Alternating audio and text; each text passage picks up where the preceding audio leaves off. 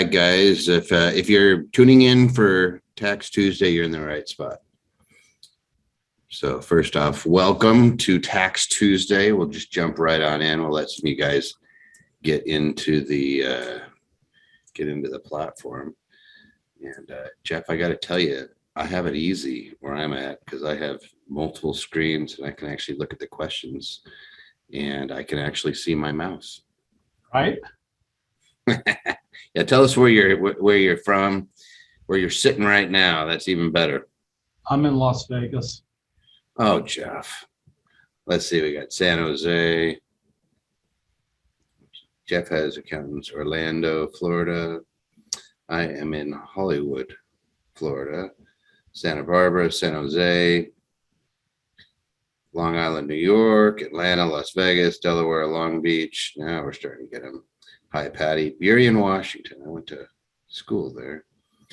Let's see. Richmond, Arkansas, DC, New Jersey, San Jose, Austin, Roanoke, Roseville, Sarasota, Colorado cities, Lawrenceville, San Diego, where Patty's at, New York City, Dallas-Fort Worth, Liberty Hill, San Antonio, Southern California, San Luis Obispo, Maui. There we go.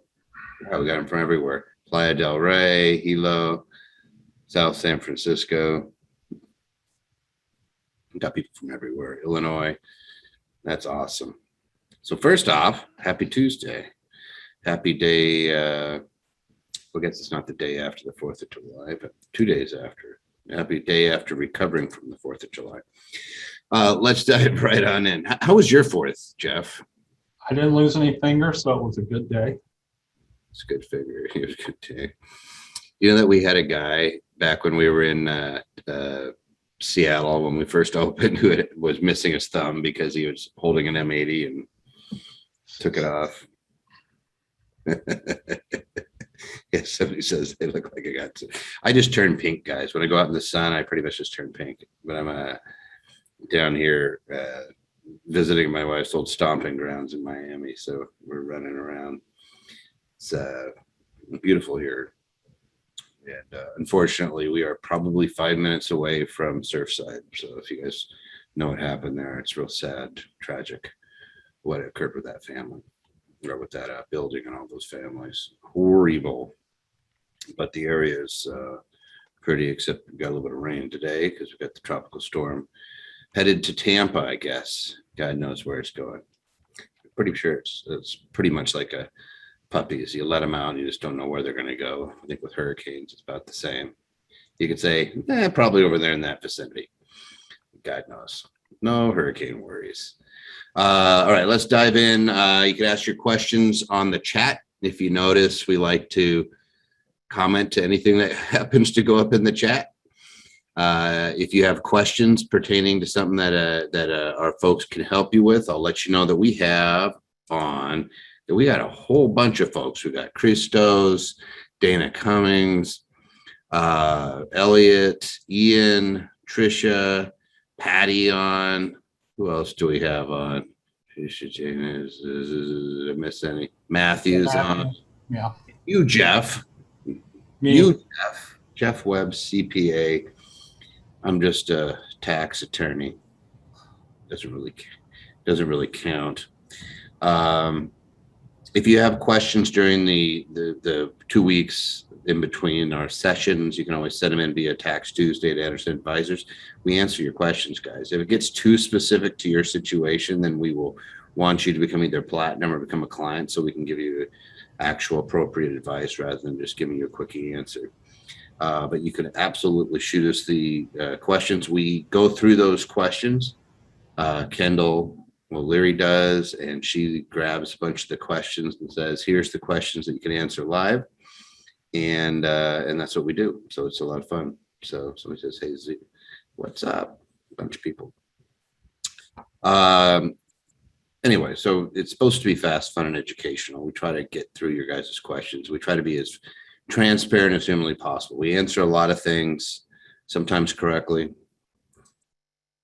Right, Jeff? Sometimes. No, most of the time. We're pretty good. But we'll give you exactly our opinion on things. We don't play around with bunch of hyperbole. And we don't couch everything like, well, I need to spend 10 hours investigating. No, we'll give you an answer.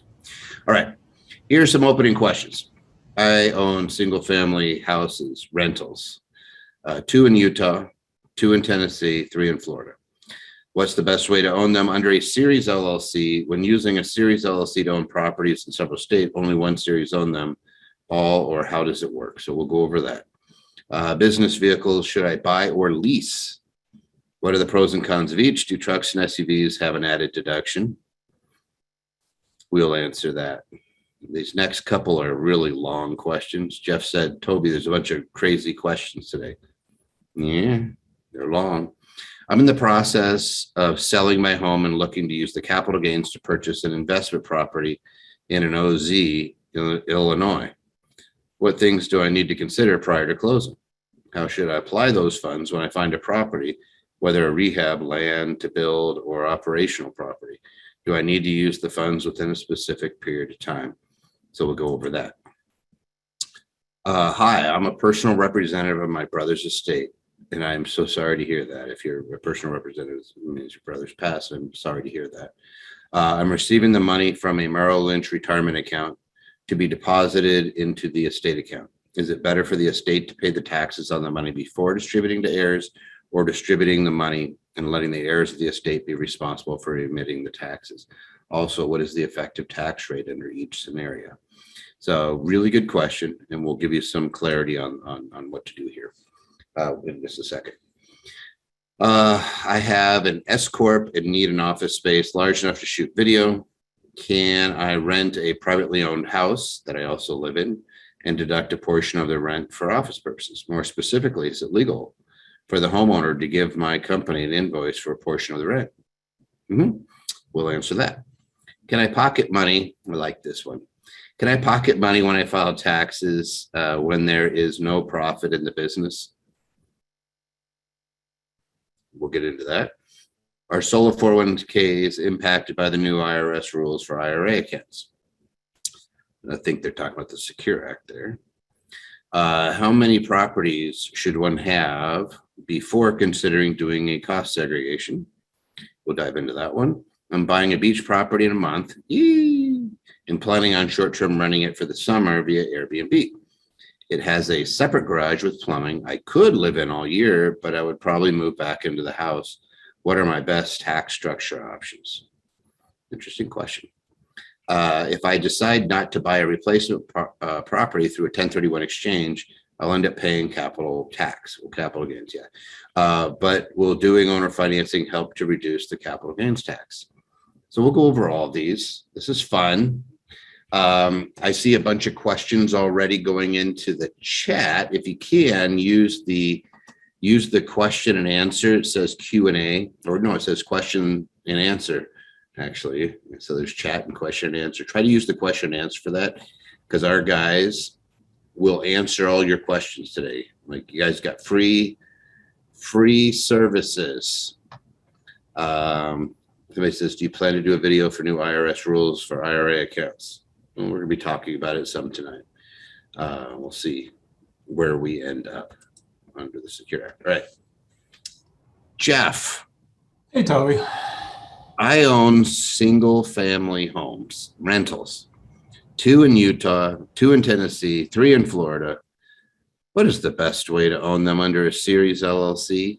And when I own a bunch of, when using Series LLCs to own property in several states, only one series own them, or how does it work? So the question is actually, how do I do it?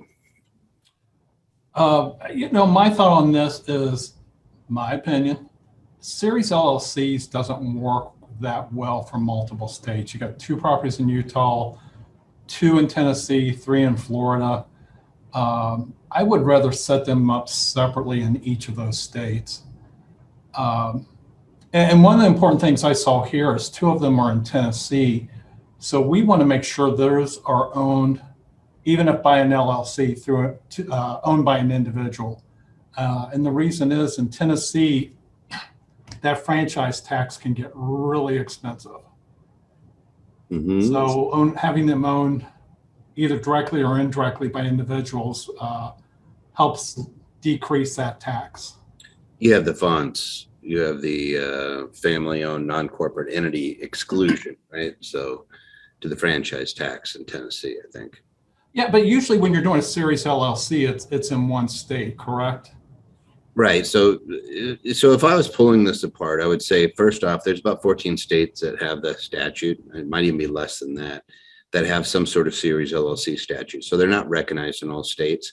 Even if you are in a state that does not recognize them, it doesn't mean that you can't use it. It means you have to use a different vehicle in that state. So a lot of folks will use a land trust, for example, to own a property, assign its beneficial interest to the out-of-state series. But then your home state, what is it going to do with that? So like California says, oh, any series that is owned by a California resident is considered a LLC, a separate LLC for franchise tax purposes, and they'll assess the $800 per LLC. The other consideration is there's no uniform Series LLC Act, so we don't really know what's going to happen in each state yet. Like we know, like, for example, California might say, hey, we're just going to treat it as an LLC. Okay, good. Then they're going to recognize it and they're going to apply the California laws to it. And if all you're trying to do is separate it out, yeah, then maybe you set up a Wyoming LLC and you use land trusts and you try to avoid making sure that you're using a trust as the owner of the actual LLC, and then each of the series might be owned by that either by the parent or by another trust. For example, we'd probably use a Wyoming statutory trust. But what you're trying to do is make sure that you have arguments not to pay the franchise tax because it's not actually there, and you're working around it. In these other states, it would be a little technical. I know that Utah and Tennessee do have statutes on Series LLC, so you could use those. But for two, I'd probably just use, like you said, I'd probably just do the actual two LLCs. I do two LLCs in Tennessee that are owned by the individual, and I would assign that interest over to a holding entity. But you need to make sure that it's the individual that owns that LLC to avoid the franchise tax. And then in Florida, I'd either, like, you technically, I could use the series. I'd probably use the series in Utah, but it'd be a little bit of a I'd have to look at the statute, make sure that we're not doing anything wrong. But you do have protections on land trusts in Florida that perhaps we use the Florida land trust for those three in Florida and assign the beneficial interest. The other issue with that we encounter all the time with series, and I'm not saying don't use a series, I'm saying go in with your eyes open, is that when you use a series LLC, the banks won't bank the series because there's nothing filed with the state. And so you're always going to run against that, and you're going to get freaked out because you're going to have you have the parent, the main LLC with all of its series, and the series aren't filed anywhere, and the banks won't bank them. They want to see it filed with the Secretary of State. They want to see that it actually exists rather than just conjured out of paper. So, again, just being cognizant of these things. So most conservative route is to put each property in its own LLC in the state where that real estate is located and assign those LLCs to a holding LLC. If there's any sort of debt, you're probably, like, especially in Florida, you're going to be using a land trust, and you could use land trusts in all of these as well, and get your name off of the public record if you want. With this many properties, I'd probably start considering that for sure. There's a lot of protection in anonymity, just not letting people see all your properties. So that's our experience. And if you want to learn more, I'll give you guys a link to come to our tax and asset protection class. We teach about one a month. Clint and I do, and there's one coming up. So I'll make sure that we get that out, and it's absolutely free. So don't worry, I'll get you that link before we're done today. Anything else you want to throw on that one, Jeff? I know it's more of a legal side than the tax side. No, it sounds good. All right. Second question.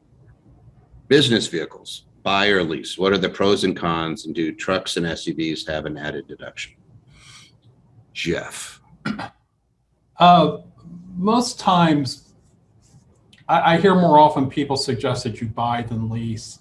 If you're buying a truck or an SUV and you want that, and I'm talking a heavy, over 6,000 pound truck or SUV, you probably want to buy it to get the deduction in the first year. If you lease it, you're going to have to just deduct however much your lease payments are each year. One thing I might suggest if you're talking about buying a sedan or a coupe and it's expensive, you may want to lease it instead of buying it. And the reason for that is the depreciation is limited on sedans and coupes and vehicles in general under 6,000 pounds. So you're limited to how much you're going to be able to deduct each year. Whereas if you're leasing it, you can usually deduct the entire lease payment. Mm-hmm. Otherwise, like a bigger SUV that doesn't have the forward seats or the large enough bed, I think it's 6 feet. If it's not meeting some of the exceptions, then what is it, 25,000? There's a max that they get on the year per year. For bonus, oh yes, I think it's less than that. I want to say 18,000. Yeah, because you get the I think it's because you get the 179 plus you get the Mackers, the 5 year, so you'd be right around 25K, I think. Point is that if you have big equipment and you're using it more than 50% in your business, then we have that conversation. If you are using your if you're using your vehicle sparingly, then I'm going to say it's so much easier just to do the mileage reimbursement. I think we're at 56 cents right now to do the mile reimbursement, not worry about tracking actual expense and trying to prove that you're using it over 50%. The problem with if you have a vehicle and you accelerate, or if you take depreciation, like we depreciate it even above the straight line, we use 179 and we try to take some of that, and then it falls below that 50% threshold, is you could have a nasty tax hit of all that ordinary income coming back and being assessed to you because it's no longer a business asset, and they're going to say, oh, it doesn't meet it for that 5 year test, for example, on cars. And so you could end up with an adverse tax consequence by accident, simply because it's no longer business equipment and it's personal property, which is non-depreciable. So if you're not using it more than 50%, if you're using a sedan, then we're going to have a little bit of a different bit of advice for you. If you're doing heavy equipment, heavy truck, something that's very specific to your company, construction company, for example, then there's some big incentives to accelerating that depreciation. You could even do bonus under this, right? Depending on the type of equipment, Jeff. Yes. And so this is where I say, talk to an advisor. What are the pros and cons? If you're doing a lease, you get to write off the lease payment that's attributed to the business. So if you're doing 60-40 personal versus business, you could write off 40% of the lease and any of the other actual expenses. So if you're buying, gas and things like that for the year, you could reimburse yourself 40% of all those costs. If you don't want to deal with that nonsense, just do the mileage reimbursement. Personally, I think that's the easiest way to go, is to get Mile IQ and do 56 cents a mile. All right. Lots of questions. Jeez Louise. Wow. I'm not going to answer that one just yet. All right. So hopefully we answered that one. Do you have anything else you want to throw out? No, I don't have anything. How often do you get asked to do that analysis and the vehicle is actually being used enough in the business to make it work? Unfortunately, we usually see it happen after they've already purchased the vehicle. So we really don't get the chance to do the analysis that often. And unfortunately, most of these vehicles, we're told, are 100% business use. So we don't know the real breakdown of what the usage is. Could the individual just sell it to the business under those circumstances? Yeah, they could actually just contribute it to the business, and make it an asset of the business. And if they do that, they probably want to retitle the vehicle to the business. The one side of this that I've never really liked is that when you do, once the property is in that business, anything that that vehicle does is going to be attributed to the business.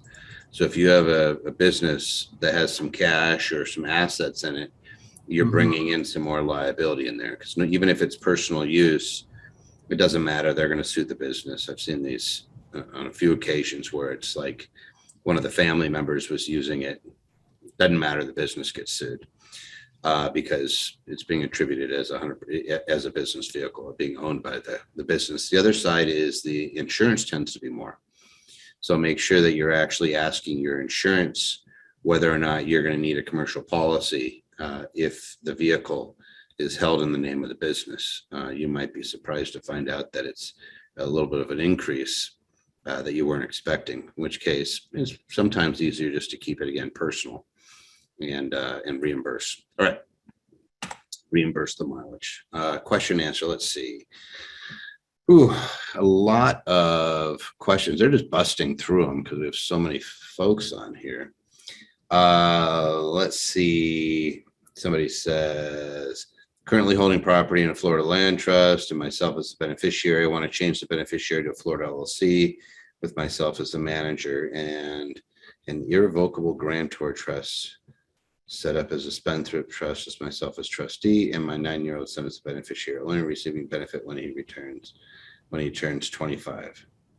And only, okay, so this is a lot of specific questions. One LLC for property. Do you see any pitfalls with the strategy for asset protection? So let me unpack this just for a second. So this is basically what's going on. You got real estate and you're concerned about somebody taking it or taking assets from you that you want to make sure goes to your child. You want to get it out of your estate, I'm assuming. Usually people that are over, let's say 25 million that are married, they're looking at some substantial estate taxes. So they start getting rid of stuff ahead of time. If you're giving an asset to a minor, you can do so in like a Uniform Gift to Minors Act account. You could do a custodial account in some occasions, but it's going to be their asset when they hit 18. So if we want to protect them and not let them have access to it, you're going to have to use the trust. The irrevocable trust is is one route to go, where you're giving it to that individual, and then you're either filing your tax return for your gift, or you're going underneath the annual limitation, which I think is what, 15,000 this year per spouse to give to a child. Yes. So so you kind of get into that. You just have to worry about the gifting. Gifting, we can give up, what, 11.8 million? Right. This year. And that's each parent. Yeah, each parent. So you could gift it, get it out of your estate, get it to your son as a beneficiary. You could even still put a restriction. You could say, hey, you have access at 25, and say something like, so long as you graduated from college or you're gainfully employed and not on substances or whatever. You could put some wiggle room in there to make sure that you don't give somebody who might be not ready for it a whole bunch of cash, but you could absolutely do it. Sorry, that was a long question in the chat. Wasn't easy. I'm in the process of selling my home and looking to use the capital gains to purchase an investment property in an OZ, so an opportunity zone, I'm assuming, in Illinois. What things do I need to consider prior to closing? How should I apply those funds when I find a property, whether rehab, land, or to build, or an operational property? And do I need to use the funds within a specific period of time? Jeff, what say you? Well, the first thing I know, he said he's selling his home. I'm assuming that's his primary residence. So we got to make sure we're considering the 121 exclusion, which would allow him to exclude up to $500,000 of gain Mm-hmm. Now, if it's a second home or something else, or he's got more gain than $500,000, um, he needs to set up the qualified opportunity fund um, within the next 180 days so he can invest in that fund. Now, I believe the property doesn't have to be purchased until, is it another 180 days, Toby? Yeah, so the opportunity zone fund has to it has to go into the opportunity zone fund within 180 days of the taxable event, or January 1st if you're not in control of the transaction. I think he would have the 180 days from the date of the sale if you on the capital gains.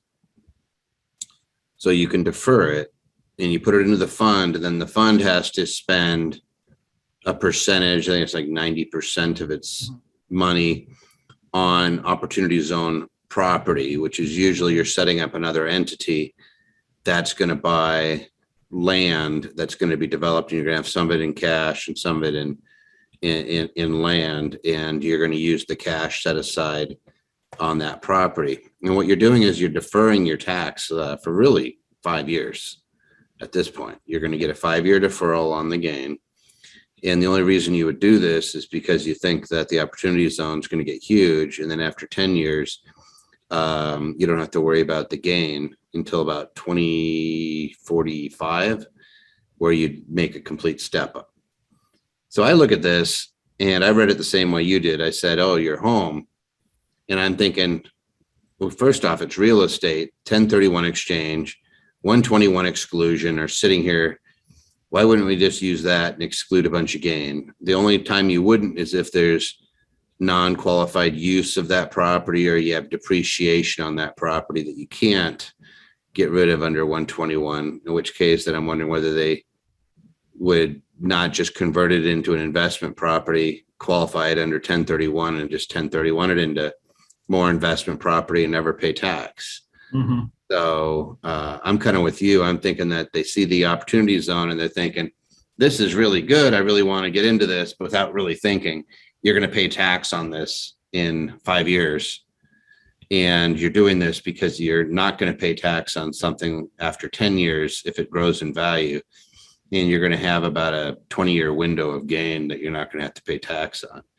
When we get to 2045, again, I think, yeah, you'd end up with about 25 years of growth. So I kind of look at it and go, what should I be considering? Whether you should be doing that at all, because opportunity zones are a pain in the butt. There's a bunch of other rules, and you have to use the money to improve the property. You're going to have to increase whatever the improvement basis on that property is. You're going to have to improve it by at least what it's worth. So it could be a little frustrating, and you have the tax hit. You're almost always better off doing the 121 exclusion, where you'll never have to worry about it ever again, or a 1031 exchange, where you could keep 1031 exchanging and never pay tax on that revenue. One thing that's always bothered me about the OZ is it requires you to put most of your capital gain into the OZ. However, there's a tax coming down the road in a few years. You said it was 5 years, you'd have to pay the 85% of the tax. What if they increase the capital gains tax, right? Yeah. Are you still going to have any cash left if you've invested it all in this OZ? Or are you going to have cash left to pay the tax on this property that you sold? Very real issue that I don't think about that much, and I don't think a lot of people think about the fact that they have to be ready to pay the tax. It's not like you can just sit there and put the money aside. If you do, it's not going to be qualified for the exclusion. You're going to pay tax on it right away. So, And I'm not a big fan of opportunity zones. Some people are, some people think they're the second coming, but I've not seen one really used effectively.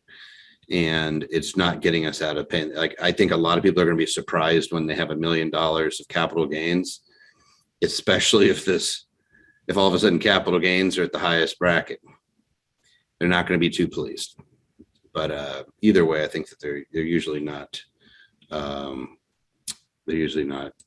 prepared for the fact that they do get that tax hit. They do get a step up in basis of 10%, so they're only going to pay on 90% of the gain, but again, you're still paying tax on it.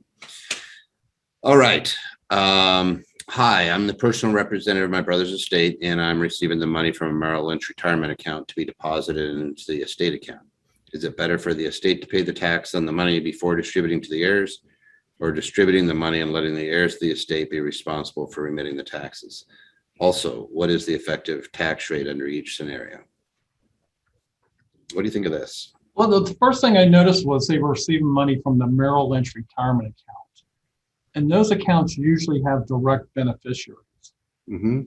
So that money should actually just be distributed by Merrill Lynch to the beneficiaries, unless they didn't establish beneficiaries. Yeah, let's assume that brother left the contingent beneficiary as the living trust to go there. So they didn't leave it to anybody in particular, because you're right. That would just be, if it's a spouse, you would just roll it into an account, the spousal account, right? Yeah, like my beneficiaries are my sons. Yeah. So but your sons can't stretch it anymore under the Secure Act, right? Your kids have to distribute that money within 10 years. Yes. Spouse can put it out over their lifetime. Yes. So this is brother, and I don't know who the heirs are, but if there is a spouse, and that is something we want to do a quick timeout and say, hey, is the spouse on there? If not, can we still roll it to the spouse? I believe you still can.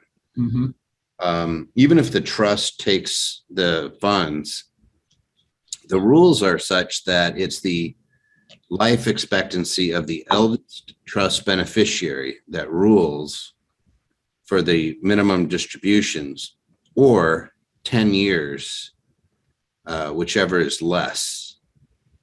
So I would not be paying tax on this from the estate. I'd be rolling it to somebody else to put it into their account to pay tax. And they could be looking at paying tax over the next 10 years and just take out distributions. And that's going to be the cleanest. That's the best way to do it. Or they could just wait until year 10 and just take a big hit.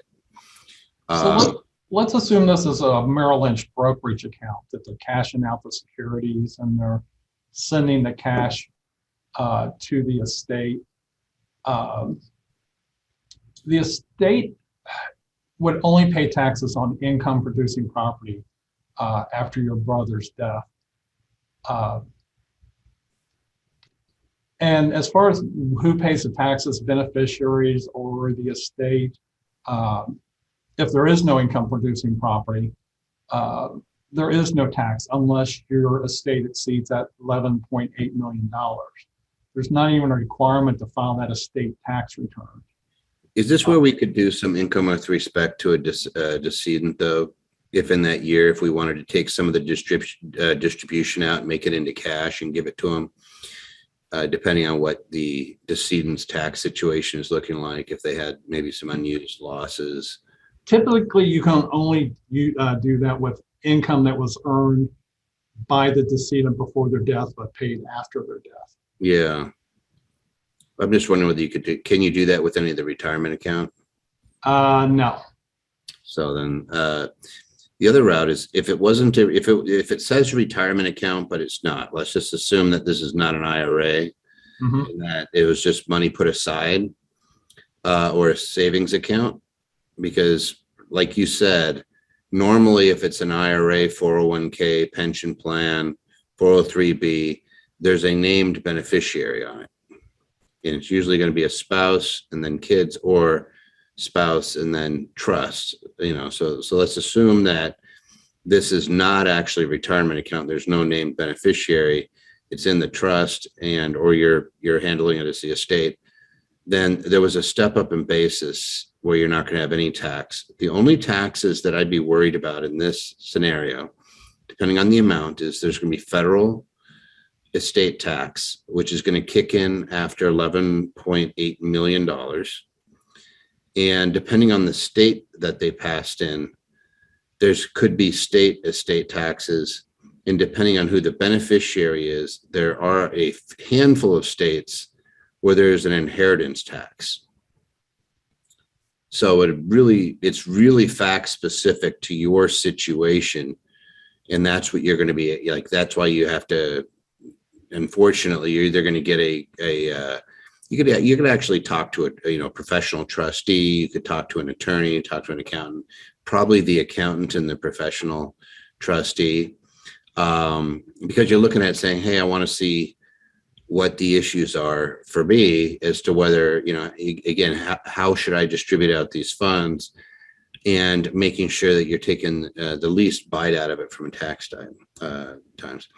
Somebody says, this has happened to me. My spouse passed away and Edward Jones rolled it into a decedent IRA. I can withdraw the money because he was older than 59 and a half. I have to pay income taxes on the money I withdraw. Yeah, but I'm sure you could stretch it. Thank you for sharing that. I'm sure you could stretch that out over your lifetime too. But that was with somebody who they don't have the penalty because they've already hit it. They don't hit you with the 10% penalty. Mm-hmm. And you can take that withdrawal whenever you want, but you pay the tax on it when you withdraw. Anyway, so I love these types of questions because they bring up a lot of issues, and everybody realizes, wait a second, you have some choices here. And there's a lot of little nuances. So just make sure that you're talking to someone that understands the nuances. And this is a really common misconception that if I have $1 million in my bank and I die, and my kids inherit it, are they going to have to pay taxes on it? And the answer is usually no, unless it's a very high net worth estate that we're talking about. Mm-hmm. Unless you're in Oregon. I think they have like $1 million state tax exclusion. Yeah, so there's going to be that side to it. And for the most part, there's not a lot of states that have a low estate tax. I think Oregon's the worst. I'm trying to think of when the inheritance tax might kick in. But again, you just check with somebody in your state. Is the step up in basis limited to 10%? No. Step up right now, as it sits right now, is 100%. So you can get a step up in basis, and that's for the tax hit. So let's say I had a bunch of real estate, and my basis was $1 million and it was worth $5 million and I pass away. In depending on what state you live in, it could be 100%, even if you have a surviving spouse. But let's say you're in California, surviving spouse, community property, steps up to the $5 million. Spouse could sell the property tomorrow and have no federal income taxes. That doesn't mean that they don't have estate tax. It doesn't mean that they don't have. There wouldn't be. I think California follows the Fed. There wouldn't be any estate tax. So for the most part, you're gonna get away like really well if you're in a community property state. Even in a non-community property state, there's 4 states now that have these kind of funky trusts that you could do, but you're still going to get at least a half a step up. If parents pass away, leave assets to their kids, the basis of those assets, if they're capital assets, will step up to its fair market value on the date of passing, which is extremely effective. But it is something that Biden's mentioned. It's on the chopping block, although I can't see it. I think it's, again, those are red herrings to get people to negotiate.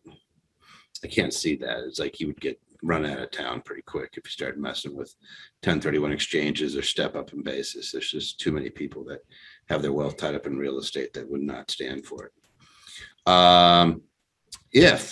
Anything else on that one, Jeff? I just clicked right off. So to whoever wrote this, by the way, feel free to reach out to us. I know this stuff is tough, and when you lose somebody, especially a sibling, it's confusing, and you're going to get lots of weird advice. Some people have a dog in the fight, so you can always reach out and just get some 10,000 foot view advice from folks that don't have an interest in it. All right, aba.link/tap17. If you would like to go to the tax and asset protection event, I'm trying to think of which one. I can't even read it. It's there it is, July 17th. Going to be from 9 a.m. to 5 p.m. Pacific Standard Time. Clint and I will be teaching it, I believe, and it's free. So feel free to come on out. And Clint does a really good job of breaking down the anonymity side. It's having protection by not letting people see your stuff. And when I say people can't see your stuff, it doesn't mean you're hiding it from the IRS, doesn't mean you're hiding it from banks. It means that from a public record standpoint, somebody can't just go find all your properties and say, aha, this is what Jeff owns. He's that guy that rear-ended me, and it didn't really bother me, but now I think my back really hurts. I think he's got something to lose. So that's what you don't want. Or you get into a car accident and you make that fatal mistake of admitting that you're a doctor when you're talking to them. Oh, I'm a doctor. Don't ever say that. Just saying. We see it. That was actually the number one issue from not real estate, but from an insurance gal that runs an insurance office. She goes, just tell all your doctor clients, don't try to be so helpful during car accidents. They get themselves in more trouble by saying that they're a doctor, and then the lawyers are all over them. Really? Oh, that's great. All right. I have an S-Corp and need an office space large enough to shoot video. How can I rent a privately owned house that I also live in and deduct a portion of the rent for office purposes? More specifically, is it legal for the homeowner to give my company an invoice for a portion of the rent? What say you, Jeff? Well, the one thing you don't want to do is invoice your S corporation for the rent. That's going to generate income in your name. It's not a good situation. One exception to that. Well, what I was going to say was I would, instead of sending them an invoice for rent, is I would have that S corporation reimburse me for the office space. You could do that all day long. It's not income to you, but it is deductible to your S corporation. Great point. There's one other side to that. Okay. 280A. This is actually what the private letter ruling was specifically on, was somebody rented their house to their S-Corp for video. I believe it was video. It's either that or a party, but you could absolutely do it. But 14 days or less, it's 280A, and you could rent to the company. And as long as it's 14 days or less total days rented, you do not have to report the income, recognize the income, or anything. If you're above 14 days, so in other words, you're going to be shooting every week. I'm with Jeff. What you're going to do is you're going to look at your net usable square feet. We're not going to use just square footage. You're going to use your net usable square footage. So you're going to remove out, bathrooms and some of the hallways, and, depending on whether there's non-usable space, measure it out, and we're going to figure out what that ratio is. If that doesn't work, then we're going to look at the number of rooms in the property, and we're going to find out what that ratio is that you're using. And so that will allow you to reimburse. And this is what's cool, is when you do what Jeff said, when you're doing it, it has to be an S-Corp or a C-Corp, or an LLC taxes an S-Corp or a C-Corp. When you have an accountable plan, it's literally free cash. The company's writing it off as an office expense. You don't have to report it. And it's for the portion of depreciation of property taxes. If you have a cleaner, of the cleaner bill, of any expenses, utilities. So if you're paying electric, water, gas, all those things, you get to reimburse yourself whatever portion. So if it's 20% that you're using for the studio, then it's 20% of all those expenses. And it's not a small amount. That'll end up being, on a typical house, probably $5,000-$6,000 a year. Am I overstating that, Jeff? Is that pretty good? No, I agree. And instead of saying give my company an invoice, I would give my company an expense reimbursement form. Very good. And what Jeff says exactly what you're being reimbursed for. Yeah, you're doing an expense report. So I'm not charging you. I'm asking you to reimburse me because I came out of pocket for that property. Yeah, it's like Jeff. Like, you look at Jeff, look at his Oval Office. So if I needed to use that Oval Office and I said to Jeff, hey, I need to use that. And that's one of 20 rooms in his house. And 1/20th of all the costs I should have to reimburse him for. There we go. Jeff, I wish you were in the Oval Office. I don't want that job. You'd be a pretty good president. All right. Can I pocket money when I file taxes when there is no profit in the business? Jeff. See, that's the IRS calling saying no. They saw this question and can I pocket money when I file taxes when there's no profit for the business? Most times IRS is only going to refund you money. And I'm guessing that's what they're talking about, Toby. I think they're talking about, can I take cash out of it even if there's no money? I think, and I'm going to say a big resounding yeah. If it's your business and you're running a business and there's no profit in the business, you can take the cash out.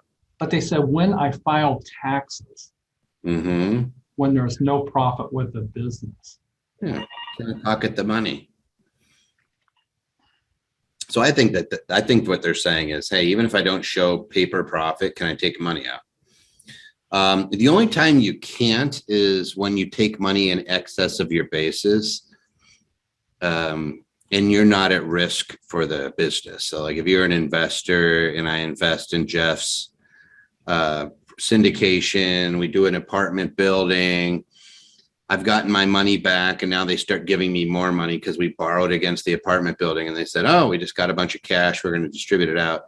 In that case, I'm going to pay long-term capital gains on whatever portion exceeds what I put into it. But when I'm a business owner and I'm at risk, I'm on the loans, I'm on the hook, then I can take whatever money out I have. Yeah. Yep. Somebody says, if I have profit for a business and decide to donate it to the church, do I need to pay taxes? It depends on the type of business. If it's a C-Corp, you can give away what's this year's 25% of your net profit. Is it that high? It was 25 last year, but that was under the CARES Act. I wonder if they extended it. Otherwise, it's 10%. But as an individual, you can give away 100% of your adjusted gross income in cash, give it to your church and not pay any tax on that. Hey, speaking of money, just to put this back out there, Infinity Investing, it was the #1 bestseller. I don't know what it is today. It goes on and off of different lists, but it was #1 bestseller on 3 different occasions on 3 different lists. Book we wrote, published it in April, and getting a little bit of traction. We're on the 3rd printing, which is pretty neat. Which means that people are being good about it. You can see the ratings there, 68 ratings. I think it's more than that now, but we got a lot of 5-star reviews. I like it because I wrote it and because it helps you guys be great clients, make you guys make more money, which gives you guys a good tax issues, which means when you're making lots of money, it's when you usually get the tax issues. A few people said read it. My son is reading it now. Great book. Thank you. And somebody says I submitted some questions. Yeah. Go ahead and Brendan, send it to Patty. I have no idea. I don't get the Kindle suggestions. Great book, Infinity Investing. I recommend it to everyone. And it was published through Forbes. So if you see a typo, I'm going to blame them, right? Maybe. But anyway, it's a good starting point, and it's a non-BS. It's very straightforward. Here's what you do, ABC.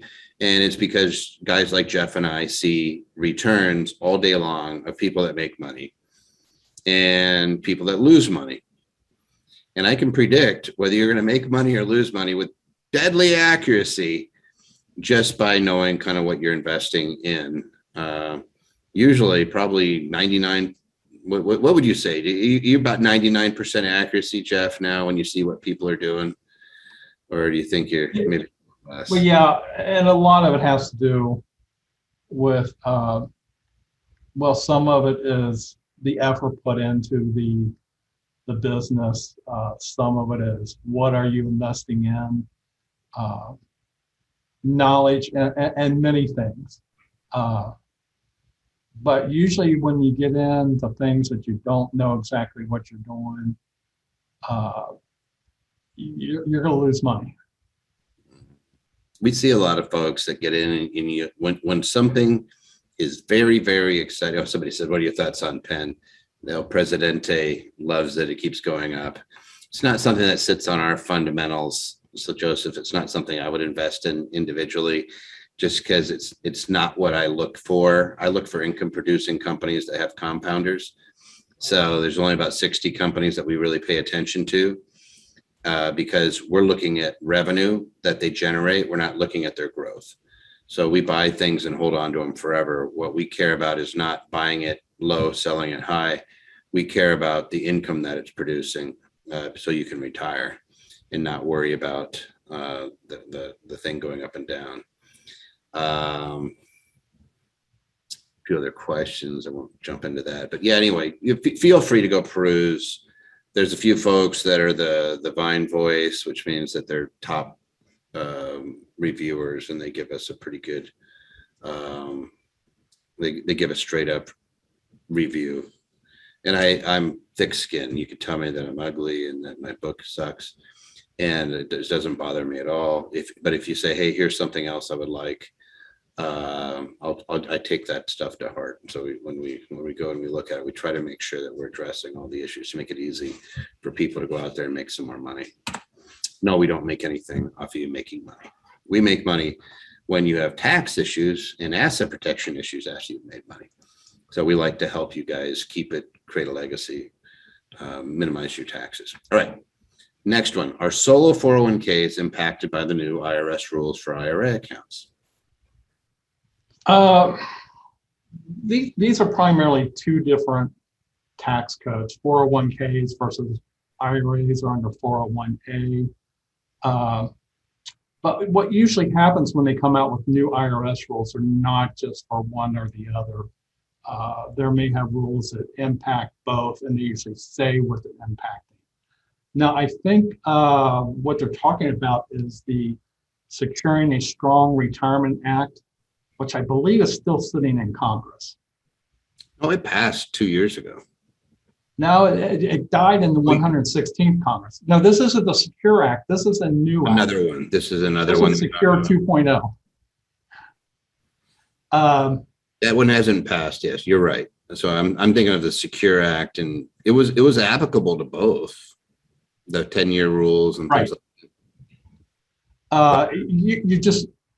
So when you say the new rules for IRAs, it's usually new rules for retirement accounts. You're talking about them getting rid of no rolling into to Roth IRAs. They're talking about you can't convert to Roth IRAs. Gosh, they have a plethora of things that they're trying to, like, they're mad at the Roth because of they're dusting off stories from 10 years ago to get mad at people again, because we had somebody make $5 billion in a Roth and escape taxation, like they would have paid tax on it in the first place. Guys, when people make billions of dollars in their portfolio, they don't sell their shares to live. They borrow against their shares to live, wait to die, basis steps up. They give away most of it during their life to charities, so that when they do occasionally sell off a chunk of stock, that they don't have to pay tax on it. So the idea that somehow it was the PayPal guy, he made a whole bunch of money in a Roth, and they're still up in arms about it. The IRS went after him, they lose. So they were all ticky-tacky. The fact that they bring these things up, I always say, like, what would the win have looked like? Like, the guy wouldn't have sold it. If he did, it would be a minimal tax in the first place. It's like, these folks. It's not a coincidence that there's information being linked right now on billionaires, and that they're bringing up these tax proposals at the same time. You guys, a lot of these rules are targeted against the exceptions, not to the general population. However, the rules are affecting the general population. I think it'll be interesting to see who's willing to actually torch their career over tossing something like a Roth. I just can't see it. Yeah, Peter Thiel, original PayPal mafia, invested in Facebook for 20,000 times return through his Roth IRA after the PayPal payoff. Yeah. They bring out those things and play a little bit of class warfare in my mind. Rules are the rules. Just play by the rules and don't begrudge somebody because they had a windfall because they played by the rules. Like, what are the chances of that happening again? And frankly, that money's still gonna, it's still gonna come out. Somebody says, can you give up your HEI to your own nonprofit? Yeah, 501c3, not a private foundation, of operating charity. What if you already have a donor advised fund? Can you transfer that to your nonprofit as well if they allow you to? We have a donor advised fund at Anderson that we're rolling out that, yes, you will be able to do it. That's the exact reason. A lot of them will restrict and say, hey, it's only certain charities. They'll have religious exceptions and things like that. They don't like giving it to churches. All right. How many properties should one have before considering doing cost segregation? One property is enough for me. You should always consider it. It's just a different way of treating your property. So the other side of that is not how many properties you have, but are you able to take the deductions you would generate from cost segregation? Do you have passive income? Yes. You have passive income. One property could save you from paying tax on that. Is it worth it? You just run the numbers, calculate. I agree. All right, we have some more questions. It looks like, wow, Ian, Christos, Elliot, Dana, all these guys are hammering away. Even Patty, I see her name in there, have answered 131 written questions. So these guys are rambling through it. Wow. That is crazy. So I'm not going to have to answer a bunch. There's somebody saying Roth conversion, taxable event, reporting it on my 1040. Here's one thing, Richard, when you think about doing a Roth conversion, here's the general rule. You ready? If your tax is high now compared to what it will be when you retire, in other words, if you think your taxes are going to go down when you retire, do not do a conversion. If you think that your taxes are going to go up when you retire, do the conversion. But I'll just tell you that the average tax rate goes down when you retire. So that's it. Just consider that. So if you're in a really high tax bracket, don't convert. If you're in a lower tax bracket, convert. If you think you have the next greatest investment that's maybe on an over-the-counter or maybe you're taking a company public or something, you can do that. I have to think about that. Maybe. So if you think you got like a great investment, then maybe. But otherwise, no, it almost never makes sense. That's why kids are so awesome to do a Roth, because it's almost always zero, right? They pay very little in tax. All right. I am buying a beach property in a month and planning on short-term renting it for the summer via Airbnb. It has a separate garage with plumbing. I could live in it all year, but would probably move back to the house. So I think they're talking about the apartment there or the garage. What is my best tax structure options? What do you say? I say in a situation like this, the 14-day rule bites you in both directions. If you're planning on, and there's two 14-day rules.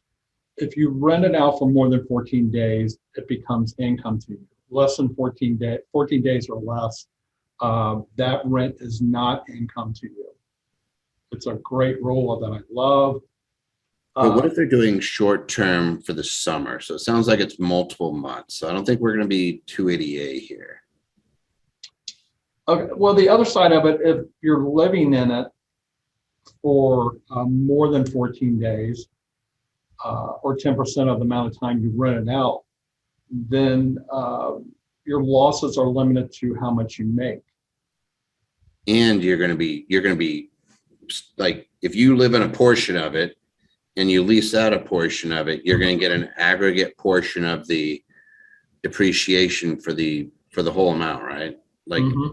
you're going to have to figure out what portion you're using it for, what portion of the house. So you're actually going to have three things kind of going on. You're going to have, you have a use of a portion of it, and you have the rest of it, and you have the amount of time on each that you're using it for personal use versus it's being used for investment purposes.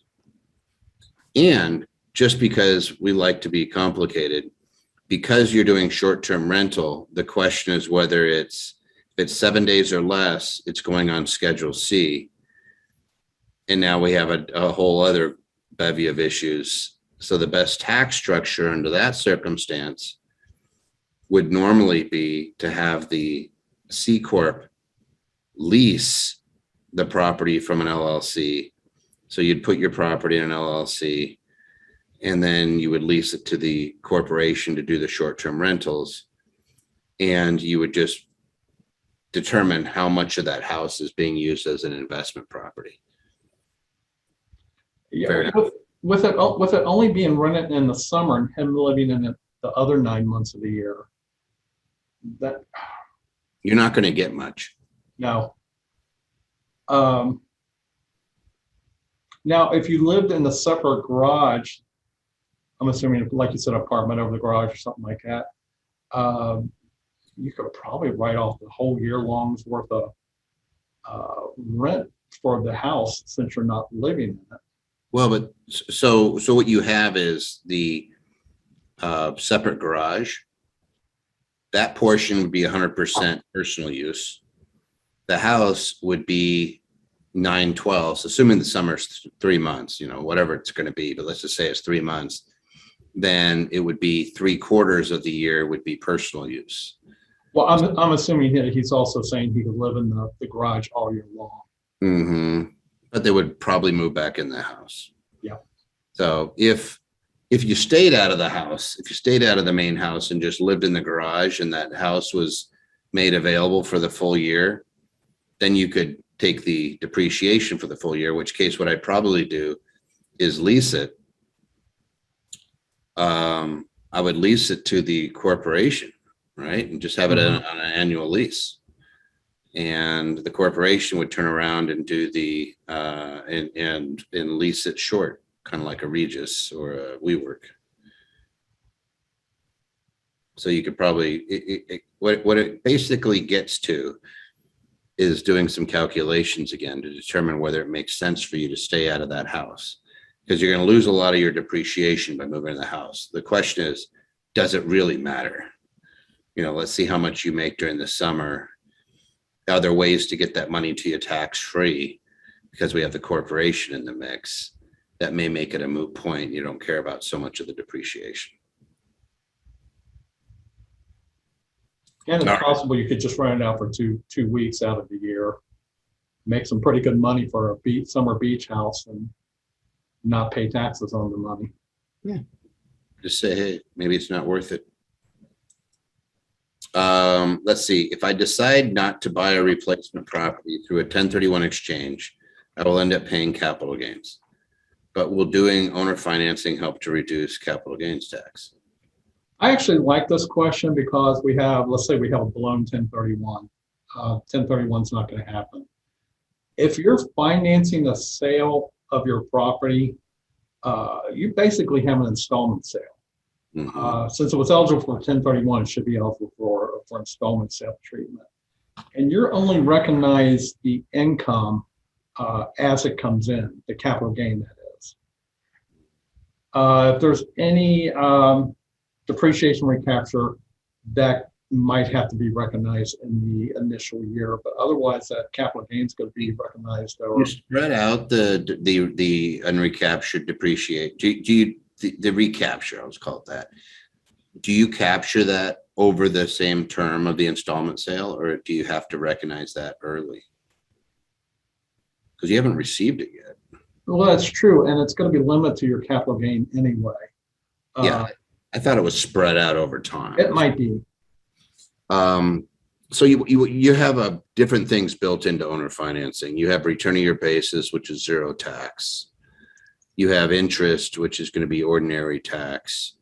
You're going to have capital gains, which depending on how long you held it is going to be long-term capital gains more than likely. And you're going to have the recapture on depreciation you took. If you did a 1031 exchange, you avoid any of that. If you spread it out over a period of years, you're recognizing it over many tax years, unless you opt out. So some people choose to just, hey, I'll pay the tax now, and then I'll just recognize all that revenue, with the exception of the interest. I think you have to pay tax on. Everything else, you wouldn't have to worry about it. Kind of fun. Mm-hmm. Every time we look at these, I always look at it, and Jeff and I see the questions the day that we're doing this. We're looking at them. Sometimes we're like, oh my God. These are all kind of like, it's not what it seems questions today. It just seems so interesting. All right. If you have other questions, you can always jump on to the aba.link YouTube. There's lots of cool videos there. A lot of cool ones. You got Coffee with Carl, you got me, you got Pia, you got Clint on there from time to time. You got Michael, you got the whole clan constantly putting up content. If you like this type of mind food, if you don't, then it definitely won't be for you. All right, we have a couple more questions and then we'll be done for today. I'm not going to answer the other Q&A. I can see we are now up to 157 questions answered in writing, with 12 that are others and 9 that are still open. All right. Are the gains in a traditional self-directed IRA tax? Is this actually a question for today? Was this last week's question? Yeah, I think we may have actually hit them all. I think that was the last question, Toby. I think it was the last question. So we're just going to make this easy. We're all done. We already answered that one last week. So go to Anderson Advisors podcast. You can see the replay. And if it's awesome, you can always go back. And if you like tax stuff, you like the banter, this is fun. Shoot on over to it. You can see there's other podcasts too. You can see lots of different ones that are there. You see Clint doing them. I do them. You see the Tax Tuesdays. We also put the Tax Tuesdays in your Platinum portal. I think that they're always going to be sitting in there. So if you want to go get your fill. Somebody says, can I use my LLC to get into a year lease for an apartment? Absolutely, Laura. A lot of people do that. The question is whether they're going to have you as a personal guarantor, and it's going to depend on the length of time that LLC has been alive. Somebody else said, hey, did we already hit the questions on, I think that's still the S-Corp and the office space? Yes, we answered that, but you'll get the recording. I would go through and fast forward. You'll find it. We always display the question when we're doing them. If you have questions, by all means, shoot it to Tax Tuesday at AndersonAdvisors.com. We'll make sure that we're getting them. For those of you who are waiting on some answers, I see a whole bunch of you guys that are still going back and forth with the accountants. I'm not going to end the session and kick you off. It'll continue on, so you'll be able to get your answers, even though the video and the audio will go mute. Thank you to Elliot, to Ian, to Dana. Gosh, we have such a cool crew that's willing to do this, to Matthew. Jeff, always thank you, sir. Drag you out of your tax den and out of the Oval Office. Mm-hmm. Patty, Christos, Dana, I think we already said Elliot, Trisha, Ian. I always want to I wish I had a video that I could just look at Ian's face as he reads questions, because it's always fun to see people's reactions to questions. And Ian has some really good facial expressions. Usually it's like this.